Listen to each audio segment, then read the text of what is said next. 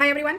पता नहीं ये वीडियो कितने सारे लोगों तक पहुंच रही होगी, क्योंकि मेरी बहुत सारी वीडियोस और पोस्ट जो है वो कंट्रोल्ड है। जी हाँ, शुरू से मैं हंसदेव और जंगलों की कटाई के विरोध में बात कर रही हूँ, सरकार की नीतियों के खिलाफ बात कर रही हूँ। इसलिए मेरी कुछ वीडियोस जो है वो सब तक पहुँच नहीं पाते, शो नहीं करते हैं, और मेरे खुद के दोस्त भी जो हैं वो सारे लोग इसको देख नहीं पाते हैं। तो पता नहीं कितने लोगों को ये मेरी बात पहुँच पा रही है। लेकिन चूंकि पर्यावरण दिवस आ रहा है, तो क्या ख्याल है आप लोगों को? क्या लगता है कि 2-4 पौधे पेड़ लगा देंगे और फोटोज़ खिंचवा लेंगे तो उससे काम बन जाएगा?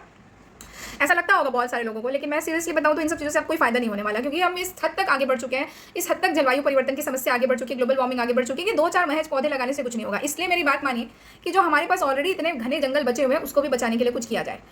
देखिए, आज पेट्रोल पर लात पड़ी है, आपकी गाड़ियों पर लात पड़ी है, तो आप लोगों को ऐसा लग रहा है कि यह सरकार इतनी बुरी है, पता नहीं हमारी बिल्कुल नहीं सोच रही है। तो भाई एक बात बताइए, पेट्रोल वो कहाँ से फुलफिल करेगी? आज तो भला मान लिया कि ईरान युद्ध की वजह से नहीं मिल पा रहा है कि हाँ ये फॉरेन पॉलिसी गलत है कि हाँ हमने रशिया को नाराज कर दिया यूरोप को खुश करने के चक्कर में, तो ये सारे कारण हो सकते हैं। लेकिन लिटरली बताऊँ तो इसका जो सही वजह है वो सिर्फ ये नहीं है। सही वजह ये है कि हमारे पास इतने पेट्रोल है ही नहीं कि हम इतनी बड़ी आबादी को फुलफिल कर सके, उनको पहुंचा सके।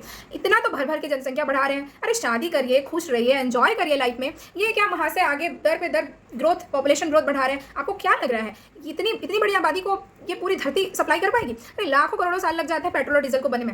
ये कोई मजाक है क्या कि 2 दिन में आप लोगों को लग रहा है कि हाँ पेट्रोल तो टपक के आ जाएगा आसमान से? ये सब दिमाग से निकाल दीजिए। आज आपके पेट पर सॉरी गाड़ियों पर लात पड़ी, कल आपके पेट पर लात पड़ेगी। जिस तरीके से जो चीज़ें हो रही हैं, क्लाइमेट चेंज की जो समस्या सामने आ रही है, आपको क्या लग रहा है कि हमारे किसान सबसे ज़्यादा दुखी है? कभी जाके देखिए उनको।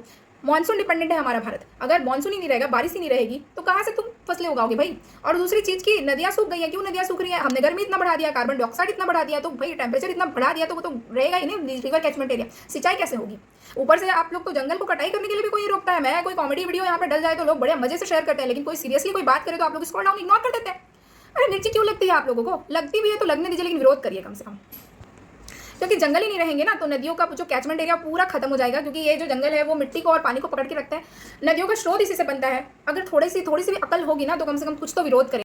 मानती हूँ कि भाड़े के टट्टू की कमी नहीं है इस देश में। कोई किसी सरकार से जुड़ा है, कोई किसी पार्टी से जुड़ा है, इसलिए आप लोग विरोध करने में कतराते हैं। लेकिन एक बात बताइए भाई, जब पेट में ही दाना नहीं रहेगा तो क्या सरकार आपके घर का दाना राशन भरेगी? हाँ, सरकार है, वो सिर्फ वही काम देखेगी जो उसके हाथ में है। आप खुद जिम्मेदार रहेंगे अगर आप अभी इन सब चीज़ों को होने देते हैं, ठीक है?